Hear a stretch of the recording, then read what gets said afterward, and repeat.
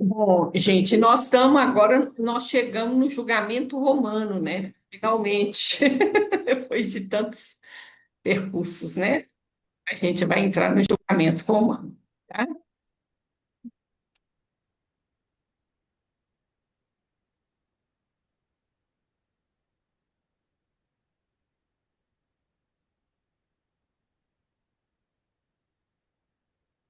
Bom, então o primeiro problema nosso é uma decisão que eu tive que tomar para qual seria a ordem dos fatos, tá?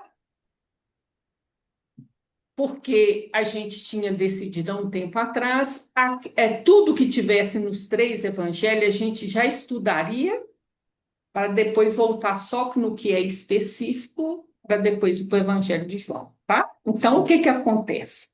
A ordem dos fatos, né? Então, isso aqui, o Sinédrio entrega Jesus a Pilatos, apresenta a acusação e Jesus é interrogado, essa ordem nos três, está tudo certinho, tá? Começa assim. Aí vem uma parte que só tem em Lucas, que é enviada de Jesus a Herodes. Em Herodes, lá com Herodes, ele sofre zombaria, humilhação, ele retorna para Pilatos e aí ele sofre a flagelação. Não é açoite, vocês vão entender a diferença, tá, gente? Em algumas traduções falam açoite, mas não é. Nós vamos ver a diferença. Aí, depois que ele sofre a flagelação, tem-se a ideia de apresentar Jesus e Barrabás para a multidão. Aí, tudo, esse aqui também tem nos três exatamente assim. Aí vem o sonho da Cláudia, que é específico do Evangelho de Mateus. Só ele conta essa passagem. Depois a multidão escolhe Barrabás, está nos três direitinho. Pilatos lava a mão, só tem no Evangelho de Mateus. Ocorre a sentença e aí a flagelação só é relatada no Evangelho de Mateus. E lembrando que João está separado disso tudo, tá? Que é outro evangelho. Nós vamos chegar lá que você vai entender a diferença. Aí a zombaria e humilhação tem em Mateus e Marcos.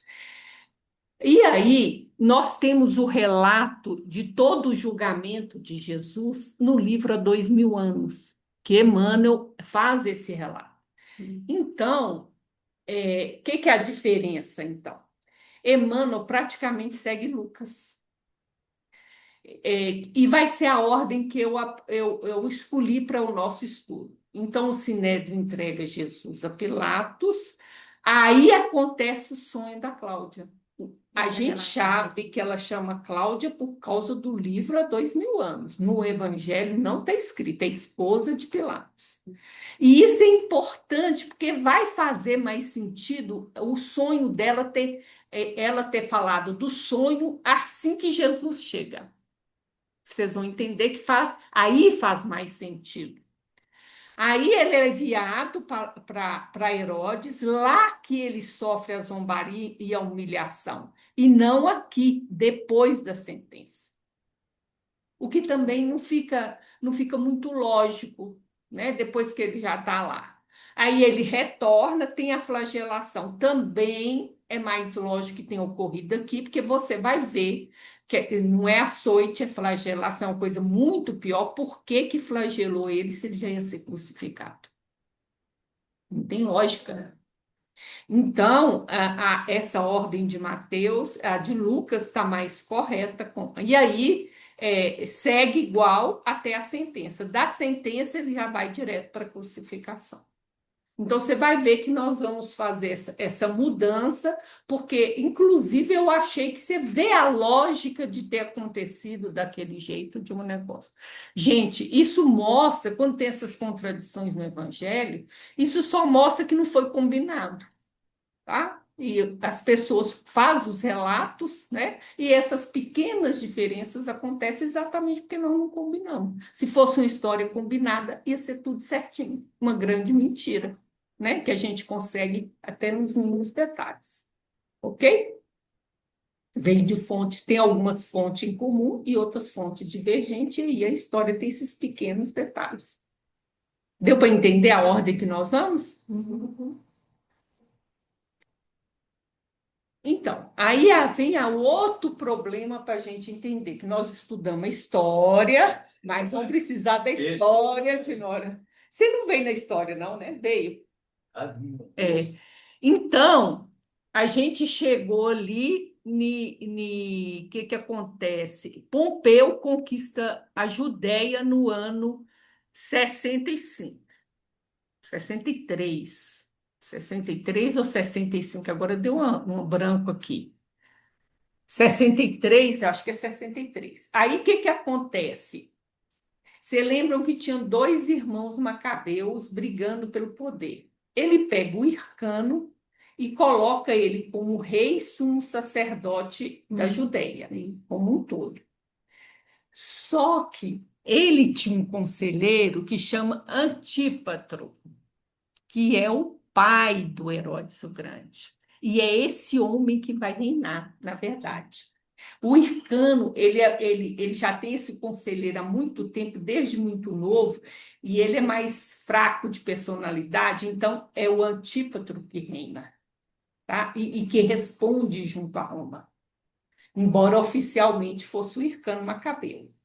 E aí ele pega o Herodes o Grande, que é o filho dele, que ainda não é o grande, mas é o Herodes, e coloca ele para administrar a Galileia. E ele tem um outro filho chamado Falassael, que ele coloca para governar Jerusalém. Só que o outro irmão, estavam os dois brigando, Matatias, vai e se une aos pardos. E no ano 40 ele volta e derruba Roma e conquista o reino. Aí o Herodes consegue fugir e vai para Roma. Chega lá, Roma nomeia ele rei de toda a Judéia. E aí ele volta e vai conquistar Roma. Roma não, gente, Jerusalém. Aí esse Herodes o Grande, você queria saber todos os Herodes aqui, ó. Ele vai governar de 37 até o ano 4, quando ele morre. Jesus nasceu no ano 5, antes do ano 0, tá, gente? Foi um erro de um monge aí que pôs a data errada. Então, Jesus nasceu 5 anos antes do ano 0. E aí, quando Herodes morre, ele deixa um testamento que Augusto Grande, o imperador, como é que se diz? Aceita o testamento dele, porque, vamos dizer assim, todos eles são rei vassalo, tá, gente? Quem manda é Roma. Eles estão ali, mas representando Roma, tá? Então, tem o primeiro, que é esse verdinho aqui, que chama Herodes Arquelau, que vai ficar na Samaria, na Judéia e na Idumeia. Tem o Herodes Antipas, que vai ficar na Galileia e na Pérea. E Filipe, o tetrarca, que vai ficar. Ele chama tetrarca porque é 4. Gaulinetes, Traconites, Bataneia e Auranites. E a Salomé, irmã de Herodes o Grande, ela ganha umas cidadezinhas aqui, na faixa de Gaza. Tá bom, gente? Mas Herodes Arquelau, ele cometeu muitas maldades e ilegalidades, injustiças, a ponto de Roma depor ele. Ele ficou 10 anos no poder, tá? Do 4 a 6. Aí, depôs ele. Aí, o que Roma resolveu? Não. Samaria, Judéia e Idumeia vai ser governada por um governador romano. O resto é rei. Mas aqui não. Aqui vai ser um governador romano. Entendeu por que Pilatos está aí? Uhum. E o resto é rei? Então, Jesus, o ministério dele, a maior parte foi onde? Galileia. Quem governava a Galileia? Herodes Antipas. Agora, tem uma coisa importante que eu preciso falar com vocês, que esse Filipe aqui é Filipe o tetrarca. Existe Herodes Filipe, que não herdou nada, morava em Roma, mas é famoso. Por quê? Porque tinha uma mulher chamada Herodias, uma filha chamada Salomé. E Herodes Antipas vai pegar a mulher do outro casa com a mulher do irmão, tem aquele problema todo com João Batista, entendeu? É esse Herodes aqui, o mesmo que vai participar do julgamento de Jesus. Antipas. Deu para entender isso? Demorou uma época aí. Não, O Felipe que ficava. não. É Herodes Filipe. Esse aqui é Filipe o tetrarca. Herodes, filho de Herodes o Grande, não herdou nada. Por que que nós estamos falando com ele? Porque a mulher dele casou com Herodes Antipa e mandou matar João Batista. Por isso nós estamos falando dele. Senão a gente não estava falando dele. Entendeu? Ficou claro esse monte aqui? Então é só isso tudo, gente, é para entender por que que ele vai mandar Jesus para Herodes. E por que que é que essa parte aqui é de Pilatos, tá bom? Posso ir em frente? Uhum. Aí. Sabedoria do Evangelho, volume 8. Pilatos pertencia à família Pôncia e foi o quinto procurador romano na Judéia, funcionando desde o ano 23, 26 BC e conservando-se nesse posto até o ano 36. Como procurador, detinha poderes civis e militares, mas dependia do legado na Síria. Isso. Qualquer coisa que ele precisasse de mais homens, mas era tudo a Síria que fornecia ele e a Síria respondia a Roma. E por que que eu pus isso aqui, gente? Porque ele dá a entender, o pastorinho, que é funcionando como se fosse ainda não oficial desde o ano 23. Eu não consegui essa confirmação, porque oficialmente Pilatos governou de 26 a 36. Que ano que Jesus morreu? Só mais 3 anos depois. E o que foi que derrubou Pilatos? Alguém sabe? A matança dos samaritanos que ele fez. Está lá no livro há 2000 anos. Mas, não, que é a matança do samaritano está na história, tá? Mas está relatado lá também. No início de sua gestão, Pilatos usara o dinheiro do Corbã para a construção do aqueduto de Etã, e esse gesto provocou uma revolta dos judeus, reprimida com massacre. Isso é importantíssimo, gente, que é assim, ó. Quando eu vou jogar uma partida definida, o jogador vai entrar e ele está tranquilo, se ele tiver de pendurado no cartão, o comportamento dele é outro, entendeu? Então é o caso de Pilatos aqui. Pilatos teve a infeliz ideia de, assim que ele assumiu, o Corbã. Vocês lembram aquela parábola da viúva que ela coloca uns negocinhos no gasofilácio? Né? Aquilo lá é É um dinheiro Corbã. do Corbã, é o dinheiro de oferta do templo. Então ficava aqueles cofrezinhos com dinheiros, né? Ela deu pouquinho, mas tinha gente que dava uma quantidade boa, né? Então ele entrou lá dentro e roubou. Não tem outro nome, roubou. O que que os judeus fizeram? Quando bom, aí o dinheiro ele usou para esse riozinho que ficava uns 20 quilômetros de Jerusalém, ele trazer água já para Jerusalém, fazer um aqueduto, né? Aí, quando ele foi visitar Roma, o que que é? Oh, Roma, ele foi visitar Jerusalém, o povo protestou contra ele. O que que ele fez? Ele pegou a guarda pessoal dele toda, pôs eles disfarçados no meio da multidão. Quando o pessoal protestou, eles fez uma verdadeira matança. Aí chegou até Roma a história, né? E aí ele levou uma advertência. E aí a próxima ele ia perder o mandato. Foi o que aconteceu em 36. Então, ele já tinha recebido uma advertência de Roma. Uma maré. Uma amarela. Isso é importante, gente, porque ele vai sofrer pressão. Senão você não vai entender por que que ele cede à pressão. Entendeu? Igual eu estou te falando. Eu estou de pendurado. Não posso levar mais um cartão amarelo, eu sou expulso. Então, eu vou com cuidado. É o problema de Pilatos aqui. Tá? Agora eu vou entrar no evangelho, né? E chegando manhã, todos os principais sacerdotes e os anciãos do povo formavam juntamente conselho contra Jesus para o matarem. Isso aí é o finalzinho do julgamento no Sinédrio. E amarrando, o levaram e entregaram ao presidente Pôncio Pilatos. Isso. É porque dependendo da tradução, é presidente, é governador, depende. Procurador, então. E, gente, o que que acontece? O tempo inteiro da passagem vai falar principais sacerdotes e anciões do povo. Você pensa assim, alguns membros do Sinédrio, tá? Às vezes eu vou falar Sinédrio em vez de falar as duas coisas.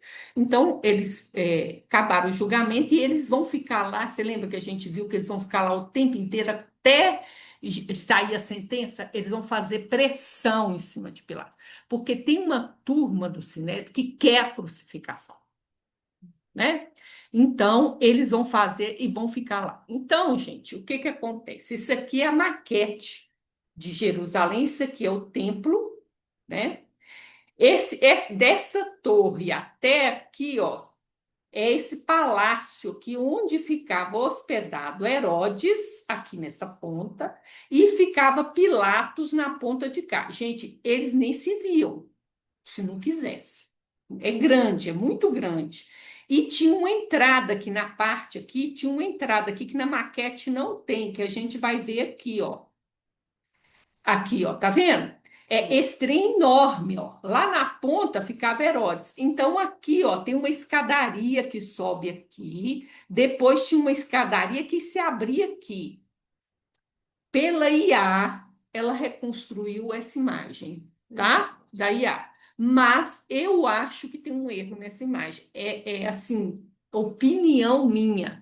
Porque eu não acho que o povo aqui, ó, aqui em cima ficava Pilatos com o pessoal do Sinédrio. Eu não acho que a multidão ficava tão longe assim, não, porque você vai ver a pressão da multidão. Dá a impressão, à medida que você lê o livro há 2000 anos, que a multidão não está tão longe assim, não. Então, eu acho que a multidão ficava aqui mais ou menos nessa altura, não era tão alto quanto a Iá colocou, não era tanta escada quanto ela colocou. A escada era menor, as duas escadas. Tinha duas escadas? Tinha duas escadas. Eu só não acho que tinha tantos degraus, não era tão alto assim. Isso aí, desnível, exatamente. O desnível não era tão grande, tá? Você vai ver que a multidão vai pressionar mesmo. Jesus estava em pé ante o governador, e este o interrogou, dizendo: És tu o rei dos judeus? Respondeu-lhe Jesus: Tu o dizes. E sendo acusado pelos principais sacerdotes e pelos anciãos, nada respondeu. Então lhe perguntou Pilatos: Não ouves quantas acusações te fazem? Jesus não respondeu nem uma palavra, vindo com isso admirar-se grandemente o governador. Isso. Então, gente, a gente tem relato de Mateus, de Marcos e Lucas. Então, tem essa pergunta do governador que se repete nos três relatos, né? Você é o rei dos judeus? Repete nos três relatos, tá? E a resposta de Jesus: Tu dizes. O que que Pilatos entendeu disso? Eu não tenho a menor ideia, né? Mas se fosse um judeu, entenderia. Sim, você está falando e eu estou concordando. Mas Pilatos, eu não sei. E aí vem a questão, ó. Logo depois, o que que acontece? Em Mateus, né? Logo depois, Ele coloca sendo acusado. acusado pelos. Sinédrio, né? Aí ele faz silêncio, porque essas acusações são falsas. Porque ele foi condenado por blasfêmia, que a acusação é falsa. Ele faz silêncio. E é isso que faz, ó, que Pilatos se admira, pergunta por que ele não responde e se admira. Quando chega em Marcos, ele fala um pouquinho mais, né? Ele fala o quê? Isso. O que que eles acusaram? Muitas coisas. Também não fala o quê. Mas quando chega em Lucas, ele também já escancara logo. Eles acusaram ele de quê? Subversão. Subversão. Proibiu o pagamento de imposto. Proibiu o pagamento de imposto e de ser um rei. Aí o Lucas detalha melhor. Jesus nunca subverteu. Subverter é querer tomar o poder, né, gente? Vamos dizer, Jesus nunca se propôs a tomar o poder político. A subversão é esse. Pagamento de imposto, a gente viu aquela passagem, ele não falou que não era para pagar, né? E a questão do rei. Aí vem o problema, gente, dessa pergunta. Porque essa pergunta é uma pergunta muito difícil de ser respondida. Porque quando pergunta assim, você é o rei dos judeus? Para Pilatos, rei dos judeus significa o seguinte: você quer tomar o poder de Roma? Porque se você é um rei, esse reino é meu de Roma, né? Que Roma acha que é meu. Então, se você é rei, você quer um reino, só tem um, que é de Roma, então você quer tomar. E é por isso que ele matou todos aqueles candidatos a Messias que nós vimos. Isso para Pilatos. Quando você fala com o Sinédrio, ele fala, você é rei, por Sinédrio quer falar, você é Messias, você é rei, e eu entendo que o rei tem que ser guerreiro, como Davi, um rei guerreiro. Só que quando Jesus fala, eu sou o Messias, sou rei, o rei servo. Entendeu? O que Israel, e não era só o Sinédrio, o que Israel, os discípulos todos achavam que Jesus é Messias guerreiro. Ninguém pensava no Messias servo. Então, essa pergunta é problemática de responder, e por isso que Jesus demora de se assumir como Messias, por causa dessas expectativas, entendeu? Então, pronto, vamos continuar então. O Sabedoria do Evangelho, volume 8. Diante da balbúrdia dos falsos testemunhos, sua tônica foi o silêncio impenetrável. Daí a admiração que essa atitude causou a Pilatos, pois verificou nesse réu o equilíbrio emocional perfeito e serenidade inalterável de quem possuía certeza de estar com a razão. Pilatos, homem dúbio e inconsistente em suas opiniões, além de fraco, deve ter ficado chocado ao assistir o descontrole irado dos Você acusadores vai ver que eles vão. em confronto com a calma majestosa do réu, e sentiu-se mais fortalecido para declarar que aquele homem não tinha culpa. Ainda o instigou para ver se observava alguma alteração. Nada respondes a essas acusações, mas Jesus permaneceu impertérrito em sua mudez. A gente vê que Jesus faz a mudez, gente, a partir das acusações falsas. Aí ele se cala, tá? Mas Pilatos não é nada bobo. O que acontece, gente? No ano 32, a gente vai saber, lá no livro Há 2000 anos, que o Públio e a família dele, a Lívia os filhos, né? A filha e o filhinho, chegam em Jerusalém e Pilatos. Então a gente tem que entender assim: o senador ele é a maior autoridade abaixo do imperador, sabe? Então ele era mais autoridade que Pilatos. Aí Pilatos vai e faz uma festa de boas-vindas para o senador. E nessa festa a gente descobre que existe uma pessoa chamada Sulpício. Esse Sulpício é um lictor, que é o quê? Um guarda-costa, um assistente. Ele era o chefe da guarda pessoal de Pilatos, que fazia as coisas legais e ilegais para Pilatos. E o Sulpício era o chefe dessa guarda. Então, gente, ele era um homem de confiança de Pilatos. E aqui ele vai dar um depoimento sobre Jesus para Pilatos. O que acontece? Jesus estava lá na Galileia. Pilatos não tinha nada com isso. Mas ele tinha casa na Galileia. E o Sulpício rodava tudo. E ele sabia de tudo que acontecia, gente. Então, ele já tinha tido notícia de Pilatos, ou de Pilatos, de Jesus, da boca de alguém que ele confiava.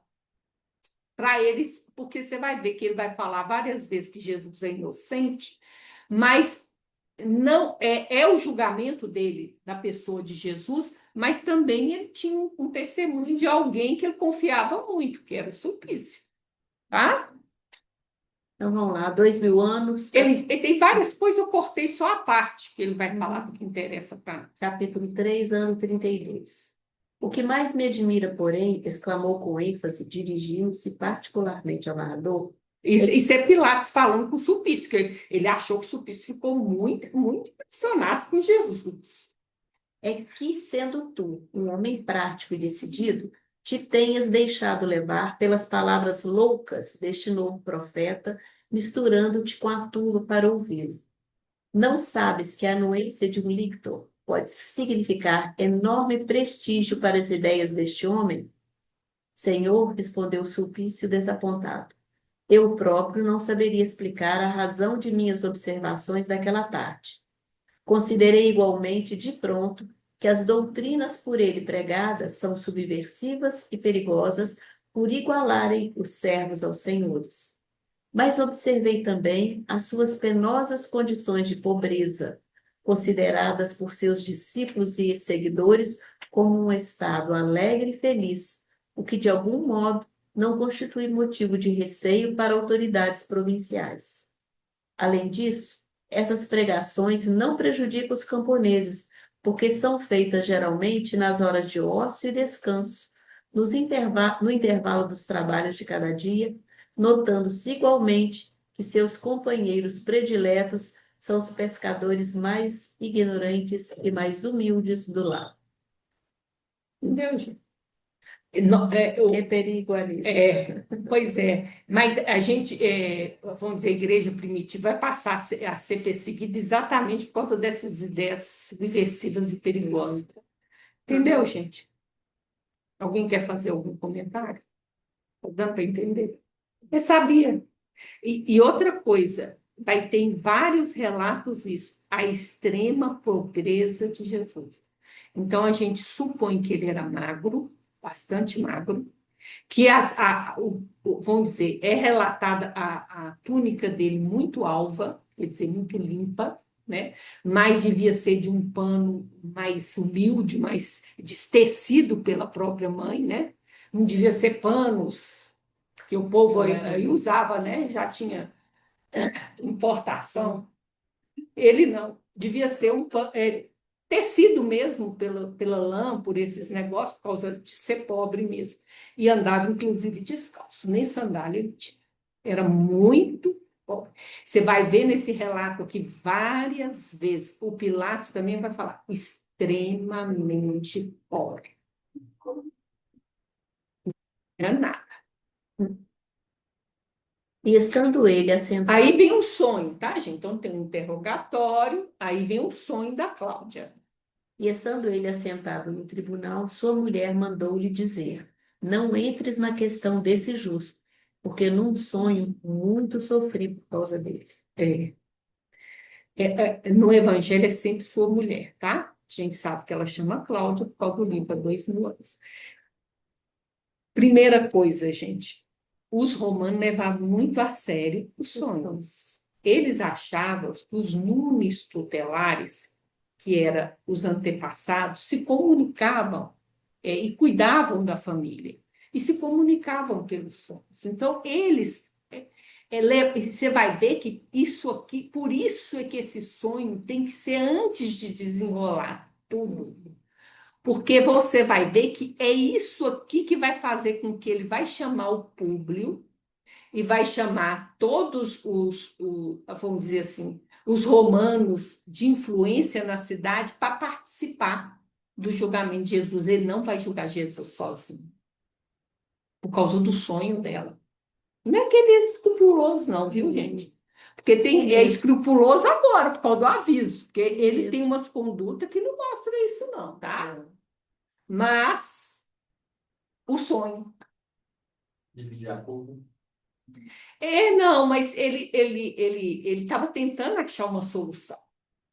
Vai chegar um momento que a gente vai entender a covardia dele. Mas, de qualquer jeito, É aqui em questão, esse sonho, vão colocar o relato aqui, vai ficar mais claro, né? Aí ele manda chamar o Públio chega lá e ele vai explicar por que é que ele chamou ele, e vai ver que tem vários romanos, né? Vamos dizer, bem visto na cidade, rico, da elite, que estava participando dessas decisões que Pilatos não queria tomar decisão sozinho. Vamos lá. Há 2000 anos, capítulo 8 da segunda parte.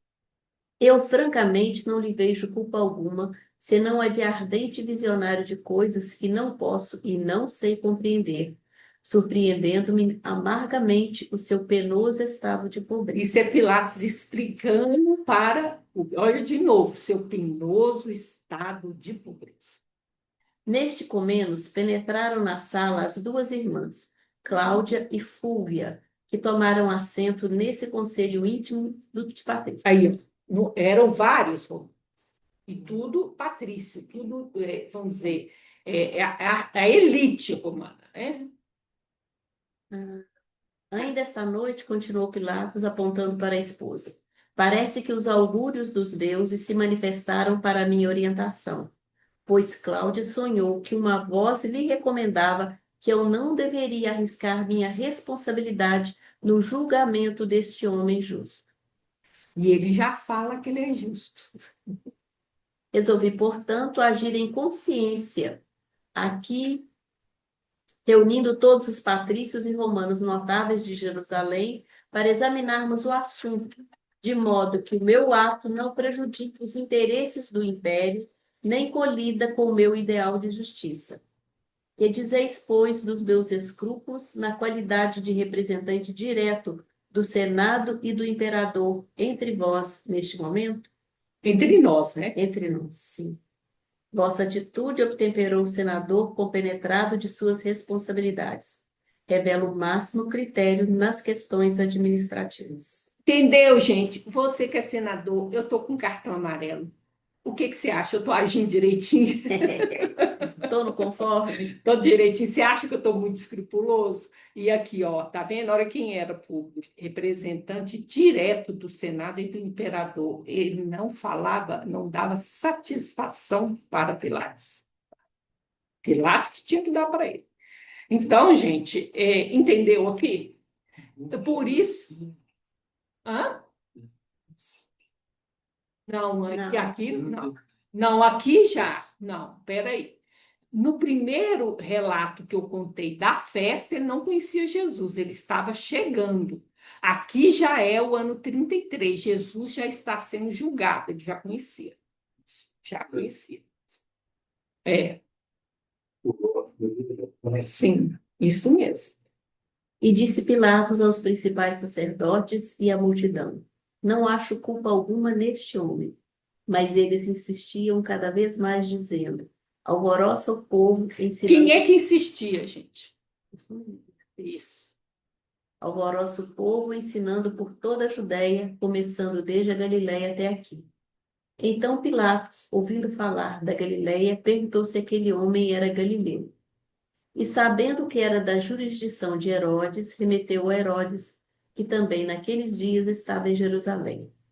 E Herodes, quando viu a Jesus, alegrou-se muito, porque havia muito que desejava vê-lo, por ter ouvido dele muitas coisas, e esperava que lhe veria fazer algum sinal.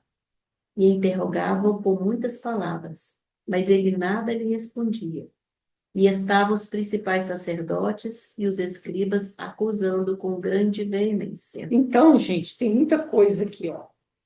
De novo, aí que está o problema da culpa dele, porque você vai ver que ele fala, não acho culpa nesse homem, mas ele não banca. Aí você não banca, né? Ele acha, não acha culpa, mas vai bancar? Não vai bancar. Né? Não acho culpa nesse homem, de novo. Quem insistia? O Sinédrio está lá fazendo pressão. Aí ele vai, ó, de novo, acusação, o qual não procede, que ele alvoroçava o povo, mas ele está querendo aqui dizer, alvoroçava contra Roma, porque senão Pilatos está nem aí se você pregar sobre Deus. Pilatos nem acredita no Deus deles, Então, pronto. Até aqui, né? Aí Pilatos, oh, ele é da Galileia. Ele já sabia da Galileia, mas ele não tinha pescado isso. Aí vocês entenderam por que que a Galileia é a jurisdição de Herodes, entenderam? É outro, é o reino de Herodes. Aí ele manda. Agora, por que que Herodes ficou tão feliz de ver Jesus? Curiosidade. Curiosidade com o quê? Esperando apoio dele. Não. Aí o texto fala por quê? Por quê? Sinal. Oi, gente, eu estou entediado. Que bom que você veio aqui. Faz uns sinaizinhos aí, você cura, milagre, faz alguma coisa para me divertir, uai. É isso que ele quer dele. Entendeu, gente? Não, zombaria que não. Ele sabe que Jesus fez milagres. Gente, ele Está querendo do mesmo jeito que Pilatos ficou sabendo, era no reino dele, ele sabia de tudo que acontecia lá. E ele ouvia falar, curou um cego, curou um menino, fez isso, andou na água. Ele achou que Jesus fosse tipo um mágico, fazer um sinal aí para me ver, né, para me divertir. Entendeu? Ele achou que ia fazer isso para ele. E ó, interrogou com muitas palavras, Jesus ficou calado. E aí, o que que aconteceu? Quem é que mais pressão, acusando com grande. Você vê que eles estão fazendo, a pressão está aumentando. Você vai perceber no relato.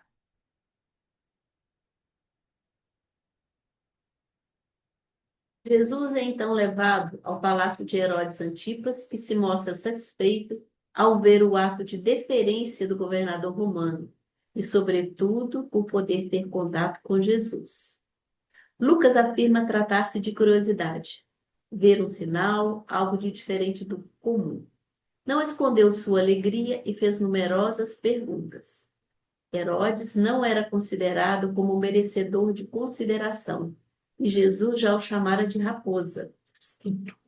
Vimos que Jesus respondeu com altivez, mas com respeito ao sumo sacerdote, autoridade religiosa, e a Pilatos, Legítima autoridade.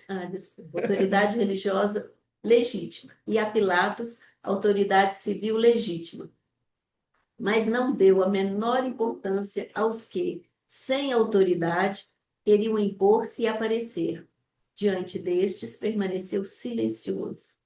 E esse silêncio exasperou-os, pois não apenas foram frustrados quanto ao desejo de mostrar-se a eles superiores e, por curiosidade vã, assistir a fenômenos fora da craveira normal.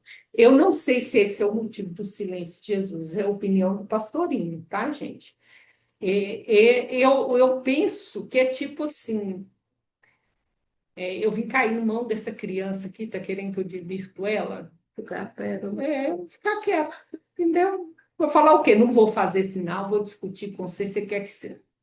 Calado, tá? Eu penso assim, não sei por que que ele acha que o sumo sacerdote é legítimo e Herodes não é.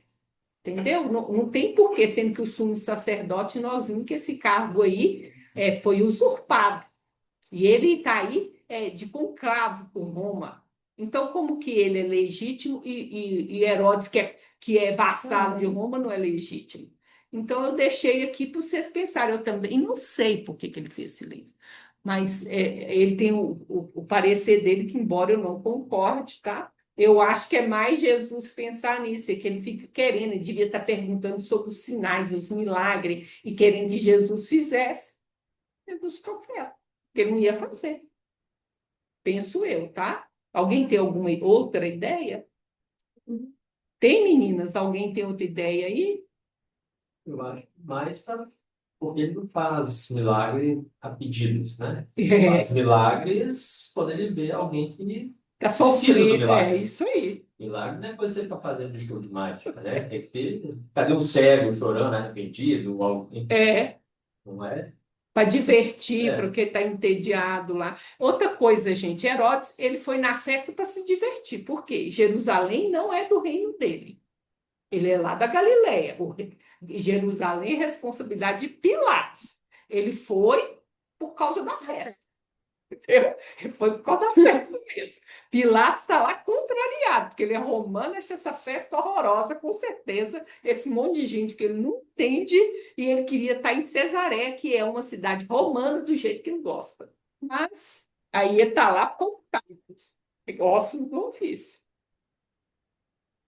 Herodes queria divertir um pouco, né? Aproveitar da oportunidade. Aproveitar a oportunidade. É. Ô, E Vânia, Herodes, Oi. desculpa. Esse Herodes que matou João Batista, né? Que cortou a cabeça. Você chegou um pouquinho atrasada, aí que eu É. expliquei todos os Não, Herodes. eu ouvi. Ah, Só uma dúvida. Ele não tinha, será que ele não tinha nenhuma é, medo, sei lá, de Jesus? Ficou fazendo perguntas, talvez, porque nem sei se ele sabia, será que ele sabia que Jesus era próximo, né, a João Batista? Não tinha nada a ver com João Batista, não, né? não. Tem uma passagem que que é essa que ele chama ele de raposa, que os discípulos falam que Herodes acha que Jesus é João Batista. Agora, como que isso é possível?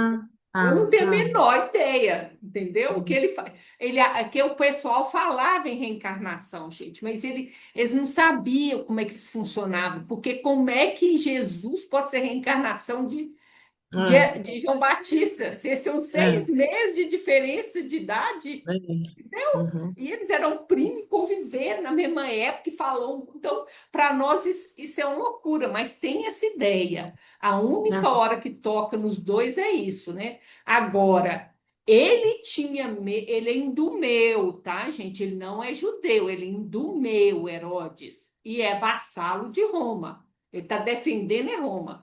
Agora, no relato de João Batista, fala que quando a mulher dele mandou lá, ele mandou prender João Batista, ele ia lá conversar com João Batista, que ele era temeroso com João Batista. Por isso que a mulher logo mandou cortar a cabeça. Porque ele ia uhum, lá fazer uns diálogos com João Batista e ele voltava todo com tremor, com Deus e tudo, né? Agora, eu não sei se ele reconhecia Jesus como profeta, né? Que seria um profeta para ele, né? Não sei se uhum. reconhecia. Não há no texto bíblico qualquer menção disso. Tá, tá bom. Obrigada. e Herodes, com seus soldados, desprezou e, escarnecendo dele, vestiu de uma roupa resplandecente e tornou a enviá-lo a Pilatos. E no mesmo dia, Pilatos e Herodes, entre si, se fizeram amigos, pois dantes andavam em inimizade um com o outro. Achou que foi uma deferência, né? Então, gente, aí você vê o seguinte. E essa humilhação e essa zombaria de Jesus não aconteceu depois que ele recebeu a sentença. Foi lá em Herodes, porque como Jesus não fez os sinais, não respondeu, ele resolveu revide. E logo os soldados do presidente, conduzindo Jesus à audiência, reuniram junto dele toda a corte. E despindo, Esse relato de Mateus é o relato da zombaria, ele está depois da sentença. Mas a gente entende que o local correto dele foi Herodes que fez. despindo, cobriram com uma capa de escarlate e, tecendo uma coroa de espinhos, puseram lá na sua cabeça e em sua mão direita uma cana. E, ajoelhando diante dele, o escarneciam, dizendo: Salve, Rei dos Judeus! E, cuspindo nele, tiraram-lhe a cana e batiam-lhe com ela na cabeça. Você sabe o que é capa escarlate, gente? Vermelho. Vermelha, vermelha. Vermelha era um pigmento caríssimo, só rei que usava. Então, gente, essas são as duas candidatas à coroa de Jesus. Nós temos o acanto, que é essa folha espinhenta, e a mais aceita, a Zizifo spina Christi, que é essa aqui, tá? Com espinhos, que foi feita. Então, a coroa de Jesus está mais para isso aqui, ó, porque ninguém ficava com coroa seca lá. que o povo põe nos retratos, Jesus com uma coroa seca, com coisa que eles ficavam com um monte de coroa lá e punha num monte de gente. Não punha. Essa aí foi uma zombaria que eles resolveram plantar. E vira a planta lá cheia de espinho, pegou lá, por isso que ela é meia verde. Mas ela machuca do mesmo jeito, que nem um espinho, né? E fizeram a coroa de Jesus. Então, a planta não podia estar seca. Isso não era uma brincadeira que se fazia com todo mundo. Fez com ele, tá? Esse paninho vermelho aqui, que a gente adora mostrar Jesus com esse paninho vermelho, isso aqui é roupa de rei romano, gente. É zombaria que fez com Jesus. E a gente adora desenhar ele com esse paninho vermelho. E aqui nós temos a túnica alva branca e tinha esse paninho vermelho. O paninho vermelho, alto valor, viu? Então, não tinha, não era uma cor usada que não fosse pela nobreza, rei. Queria ser roxo. Nunca vi relato. Ter roxo que era mais restrito. Não, Era mais difícil de conseguir a liberação. eu vou discordar de você, porque eu já pesquisei isso. É o vermelho. É o vermelho. Não é roxo, não. É o escarlate. Depois você dá uma pesquisada para você ver. E, aliás, Brasil ficou famoso e o povo interessado nele por causa do pigmento vermelho, que era vindo do pau-brasil. Você encosta essa porta para nós e já começou a passar e atrás. Então, vamos ver lá. Não fecha tudo, não. Lê para nós aí. Então, vamos lá, continuar o capítulo 8. A ideia foi unanimemente aceita, sendo o acusado conduzido à presença de Herodes Antipas por alguns centuriões, obedecendo-se rigorosamente às determinações de Pilatos nesse sentido. Todavia, no palácio do tetrarca da Galileia, foi Jesus de Nazaré recebido com profundo sarcasmo.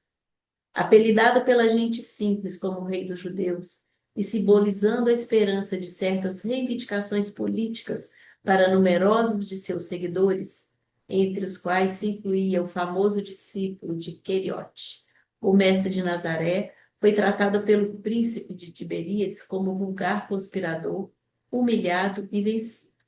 Antipas, porém, para fazer sentir ao procurador da Judéia a conta de ridículo em que tomava os seus escrúpulos, mandou que se tratasse o prisioneiro com o máximo de ironia. Então, gente, olha, quem é o discípulo de Queriote? Judas. Judas. A gente fala Judas Iscariote, que é que a gente vai emendando as palavras. É Judas da cidade de Cariote. Então, Judas de Cariote. E aí a gente, Judas Iscariote, já virou Judas Iscariote, tá? Então, o que ele fala? Isso aqui era todos, né, gente? Tinha essa ideia que o rei dos judeus, o Messias, ia fazer reivindicações políticas. A gente já vê o tipo de Messias que eles esperavam, né? E foi tratado como vulgar, vencido e tudo, né? Então, vamos ver como é que ele tratou ele, né? Vestiu-lhe uma túnica alva, igual à indumentária dos príncipes do templo, colocando-lhe nos braços uma cana imunda à guisa de cedro, e coroou-lhe a fronte abatida com uma auréola de venenosos espinhos, devolvendo-o à sanção de Pilatos no turbilhão de gritarias da populaça exacerbada. Muitos soldados romanos cercavam o acusado, protegendo-o das investidas da massa furiosa e inconsciente.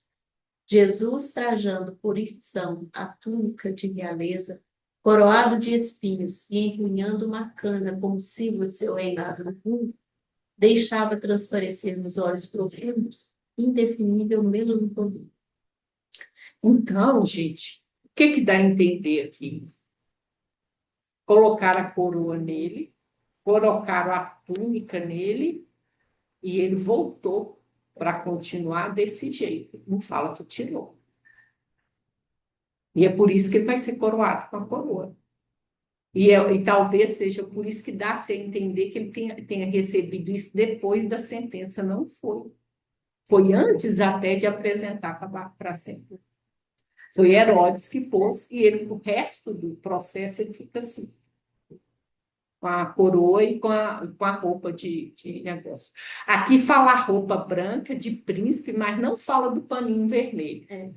tá? Aqui possivelmente está mais correto. Mas só tinha roupa branca. Não, aqui está falando a roupa, quer dizer, Lá em aqui, cima. a túnica da Da realeza. Aqui fala Uma túnica indumentária, alva, igual a indumentária dos príncipes. túnica alva igual a indumentária dos príncipes verdes, negócio. E a túnica da realeza. E a gente vai lembrar que eles vão disputar a túnica por causa de quê? É essa que eles vão disputar. Possivelmente, né? Não vamos descobrir se eles não vão trocar ela. Não me lembro. Então, vamos ver, né, gente? Caminho, Verdade e Vida, o capítulo 96, a coroa. E vestiram-no de púrpura, e tecendo uma coroa de espinhos, lhe a puseram na cabeça. Quase incrível o grau de invigilância da maioria dos discípulos do Evangelho na atualidade, ansiosos pela coroa dos triunfos mundanos. E qual que é a coroa que os discípulos de Jesus devem querer? Gente, que vocês também têm que querer ela. Tem uma coroa aí. Vou dar um tempo para vocês. Não, tem uma coroa que fala, nossa, a carta de Paulo fala muito nelas. Desde Todo longo triunfo tempo, de Jesus? Desde longo tempo, as igrejas do cristianismo deturpado se comprazem nos grandes espetáculos através de enormes demonstrações de força política. E forçoso é reconhecer que grande número das agremiações espiritistas cristãs, ainda tão recentes no mundo, tendem às mesmas Olha, inclinações. puxa, que a gente quer a coroa do Herodes lá, melhor, né? Coroa de rei, né?